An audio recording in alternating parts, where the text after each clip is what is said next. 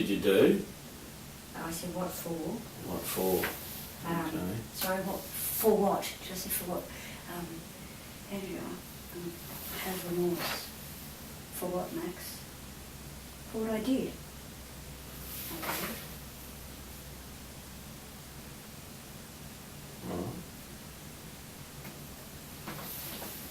And then that's led on to, do you know how hard it is to kill someone when someone says, please don't, please? Correct. And then you automatically come back with, that's all I wanted to know. Correct. And then what happened? What was said straight after that? I don't know. Next thing note that I made is subject of removing jewellery from the house. Max made a comment along the lines of, don't think I'm stupid enough to take them to the jewellery, do you? And Take me. Take you. I said, I want to see the jewellery because I know Yeah. you've got 2 pieces and I want to see them. Mm-hmm. And he said, previously we had already spoken about this, so this is the second conversation about the jewellery. I've also spoken about it here. So I'm just revisiting the same kind of topics that I got a reaction from last time. Yeah. So, about the jewellery,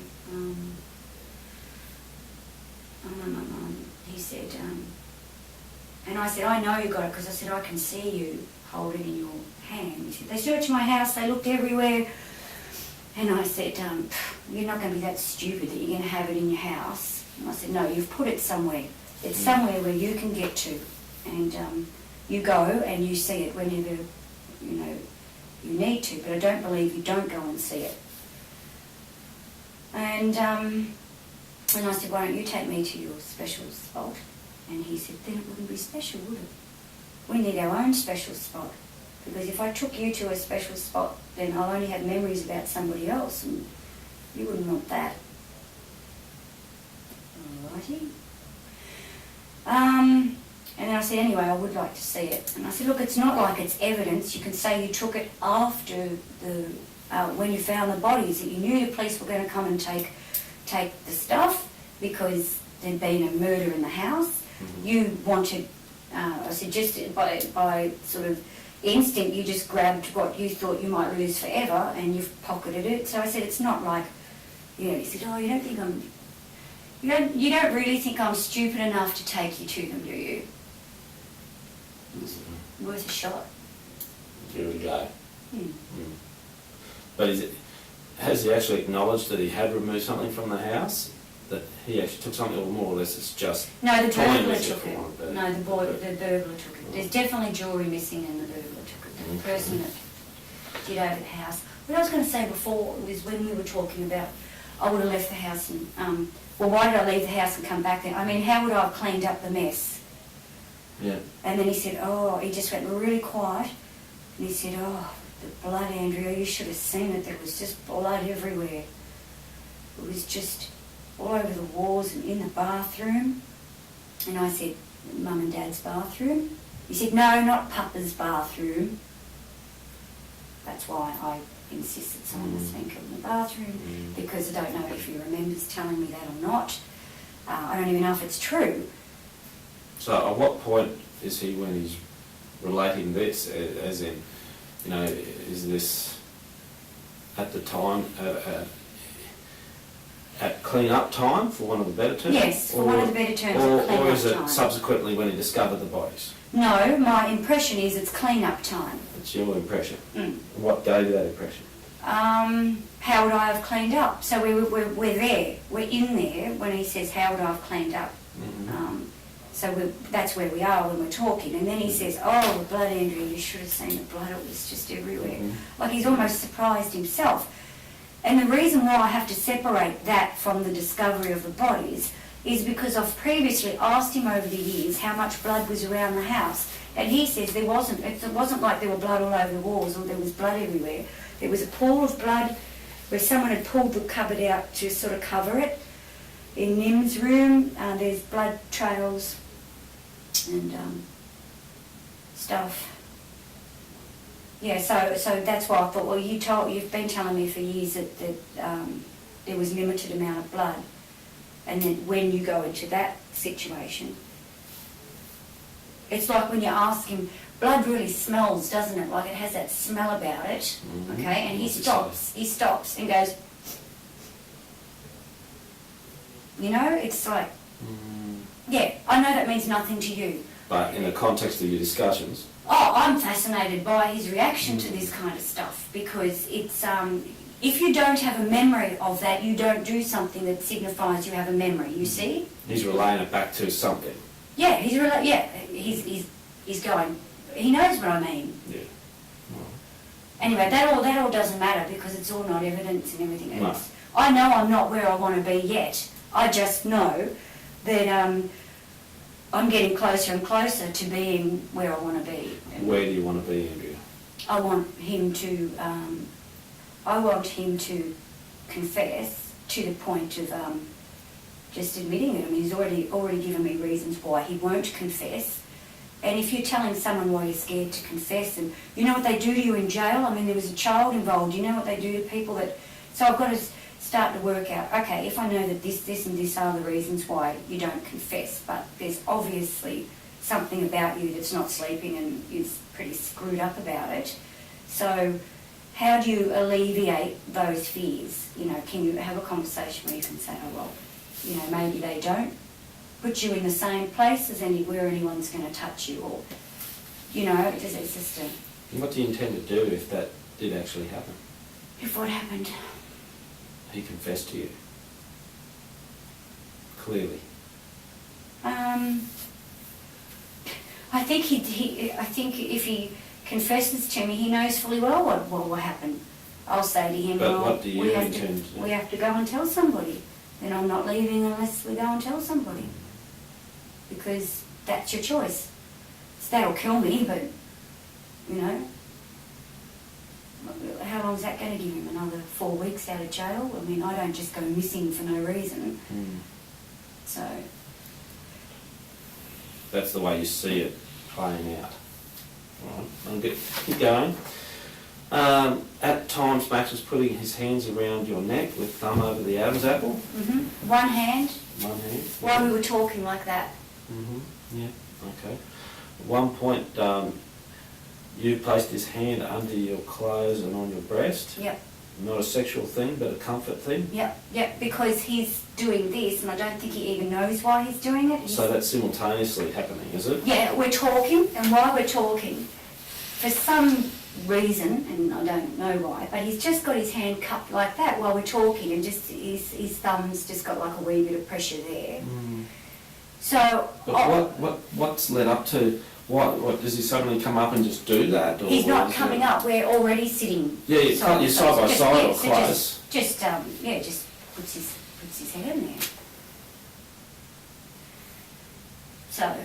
Is it in the lead up or during a conversation that involves how one of them may have... Yes, it's while we're in the nitty-gritty of talking about Or is it just talking generally, and he just, as a matter of course, leans across and does that? He just keeps bringing up his pet subjects, and one of them is, aren't I afraid that he might kill me? And that's just his pet subject.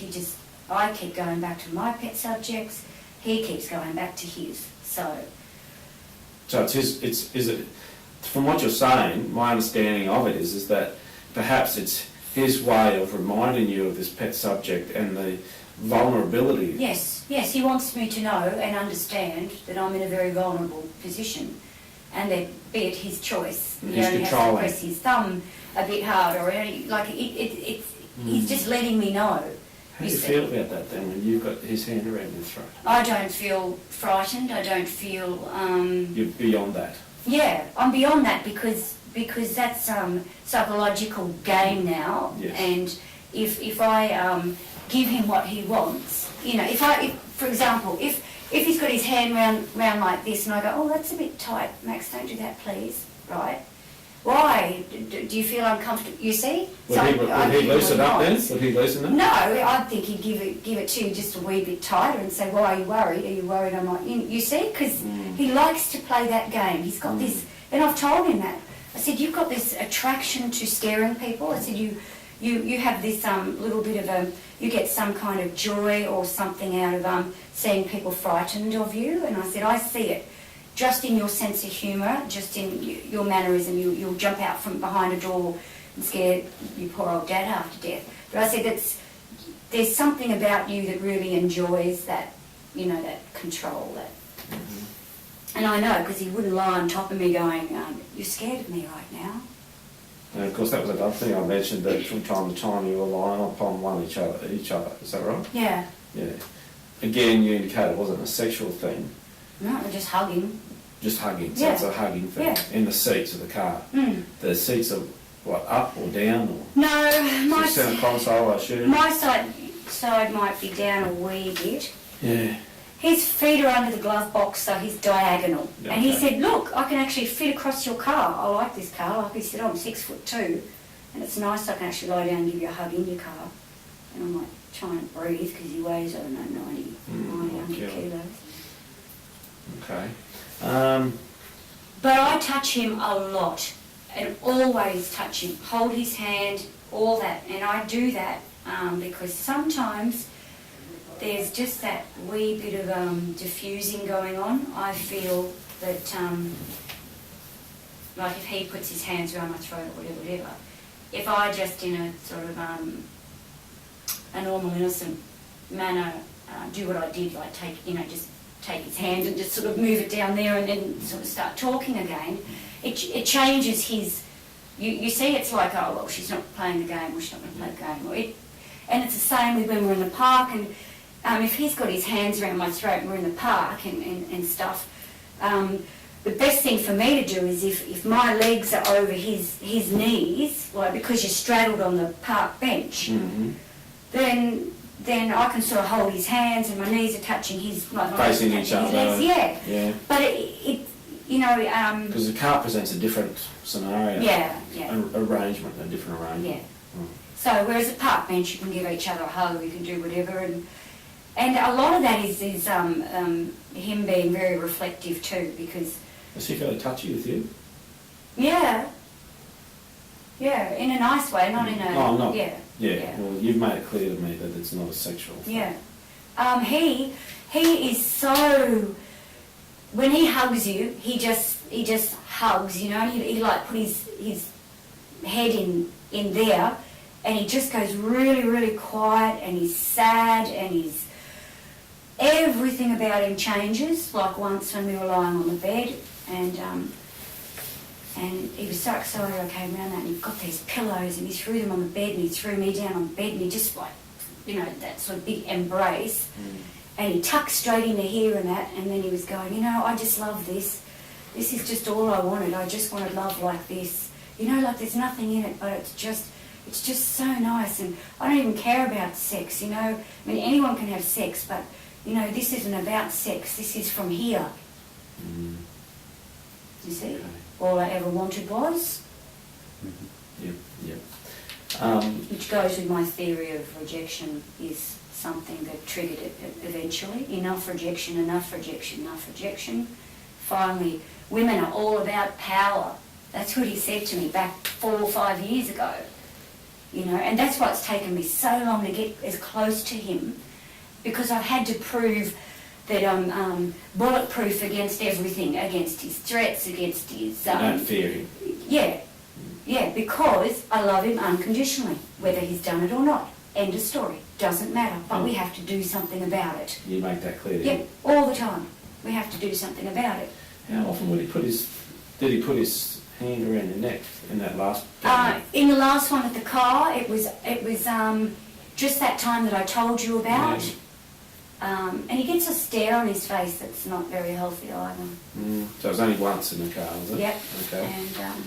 And Speaking of the weapon, he said that the weapon was spade-like, but not a spade. yes, like the end of it was kind of like shaped like, you could call it, say that it was shaped like a spade. Right, okay. Did he say anything more about the weapon? Mm. Right. As you've indicated, he corrects you when you suggest that some things are not quite right or doesn't make sense. Yes, he told me, at the end of the thing, he said to me, and by the way, Andrea, this scenario is not right. Okay? So I said, really, where am I going wrong? Which scenario in particular? I tried to complete it. So I tried to say, okay, I hadn't worked out at that stage how he got in, but now I know he was expected, so I imagine the back door's unlocked and he's having his rendezvous with her like he's done the last 3 nights. There's an argument. Now there is definitely an argument because he says, he moves on from the fact that there's an argument. He said, what did we argue? Lose my erection? Was I trying, were we trying anal sex and she didn't want to continue? What did we argue about? And I said, I don't know what you argued about. Who put those suggestions up, you or him? Max did. Yeah. Max did, sorry. No, that's okay. Have a break shortly. I'm going home. What did we say? What were we talking about? What did we argue about? Yes. And he was giving you, well, what was it? You know, Okay, what do yeah. you believe That's right. we were arguing about? That's right. So he said, okay, so there is an argument. Well, what happened then? And I said, well, in the argument, I said, you've pushed her backward at some point. And I said, you've pushed her backward at some point because she hits her head on the lamp table. And he said, how do you know that there's a lamp table? How do you know she's got lamp table? And I said, because I'm a female and I have a bedroom and females have lamp tables. So I said, obviously where's she going to put her book and stuff when she's finished reading in bed or whatever? So I said, she's got tables. And then he goes, oh, that might explain the damage done to the table then. I don't know what that means. And he said, okay, all right, so she's been pushed back, okay, and what happens then? I said, well, you've grabbed something and stabbed her here. Oh, what did I grab? And I said, something from the other table. I said, maybe a pen or a pencil. And he said, if it were a pen, where's the ink? Where's the ink if it was a pen? I said, well, I don't know where the ink is. Why does there have to be ink? Well, the pen would have broken with the force, wouldn't it? Oh, well, I guess so. And the cap would be inside her wound if the pen had a cap on it. I said, well, I suppose so. I don't know if there's ink or caps or... You're just asking me what you would have stabbed her with, and I'm telling you something small. And how do you know it's small? How do you know? Because you told me it's the size of a gunshot wound. It's very small. You thought she'd been shot. It's only small. I said, you keep telling me that. So I said, I suspect that you probably thought you had penetrated her with enough force. At that point, you probably thought you'd killed her. And then it's all panic from there. City's running, she's yelling, and I said, everything happens and you're trying to deal with City. And I said, Nim's not dead, so she's attacking you. And I said, so it's all happening in the bedroom. What about the yelling? What about the neighbours? They would have heard the yelling. I don't know if the neighbours heard the yelling, okay? I'm not trying to get there. I'm just telling you, we're in the bedroom right now, and I'm just telling you what happened in the bedroom. All right, blah, blah, blah. And I said, no, I think somebody runs away. What about Cornell? I said, I can't figure that one out. He's obviously in his bed, but why hasn't he come in, or why hasn't he come to get you? He said, well, maybe he's a stoner. Maybe he was just too stoned. I said, well, all right. I said, he could have been listening to music. He could have been stoned and asleep. I don't know. I just find it unusual. But I said, I guess he was in his bed because of the trails. And he said, yeah, you know, that gets me about you talking about the drag marks. You couldn't have known the body was dragged. Would I have dragged it by the feet? And I said, no, you would have put your arms underneath their arms with their back against your chest so that you could move them much faster. I said, I think it's pretty hard to drag a body just by feet, but, you know. Did he make any comment to that? No, he just said, I can't figure out how you know that it's drag marks and stuff, because you can't know that it was dragged. And same with you saying there's blood on the side of the spa where the body got dragged in, just stuff like that, all the same shit. Mm-hmm.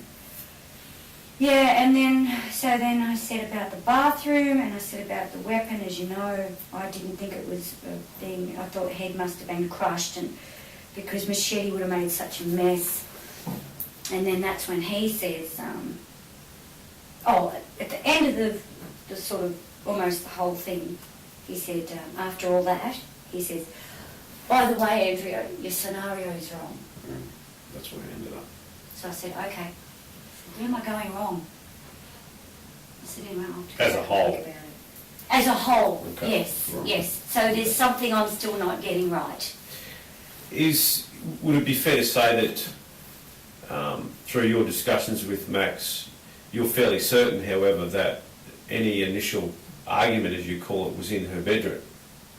Yes, well, he said to me about them being in the lounge room. If they're all sitting up watching TV in the lounge room like you said, I didn't know I'd said that, but maybe I'd said they didn't have to be killed in the bedroom. Maybe they were just in the lounge room. So I don't know why he thinks I said about that, because I didn't know I'd said that. But he revisited that. Mm-hmm. He revisits things a lot that I wasn't quite sure I said. But And when, in your mind, after this recent discussion and the previous ones, did this occur? What night was this? what night was the Were murder? the homicides? Okay, they After were. your discussions with him? Okay, between 11:30, we've always got that time, between 11:30 and 2:30.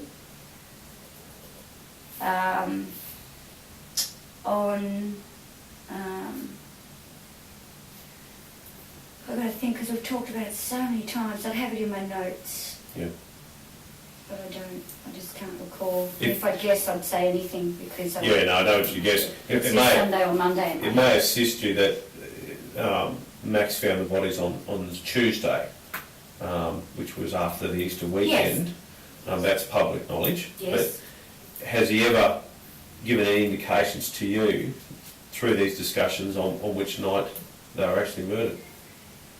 Well, I suggested to him that he had a good couple of days to clean up and organise his own stuff, everything he was wearing and anything that would incriminate him. I said, well, you've got 2 days up your sleeve between when you've killed them and when you found the bodies. Mm-hmm. So I said, you're saying to me, there's no evidence. I said, well, you had 2 days to clean up, so why would there be evidence? Where did you Then- get the 2 days from? I don't know. I just throw that in there to see if I get a rebuttal. Or if I get Okay. Yeah. So that's not clear a, from what he said? well, I think, no, I don't know. Okay. I know I've had further conversation on that, but I'm just tired now and I can't think straight. Okay. So you drop him home, okay? Yep, Yep. What, the same place you picked him up down Yes, Redwood correct. Street? a Yeah, okay. little further away from A the little house. further. Yep. He said, am I busted? You said no. He said, if I am, I want it to be by you. If I am busted, it is okay. Mm. You hold the belief that he's responsible for the murders. So I made a comment there. Does that belief still stand? Sorry? Yeah. Yes. Okay.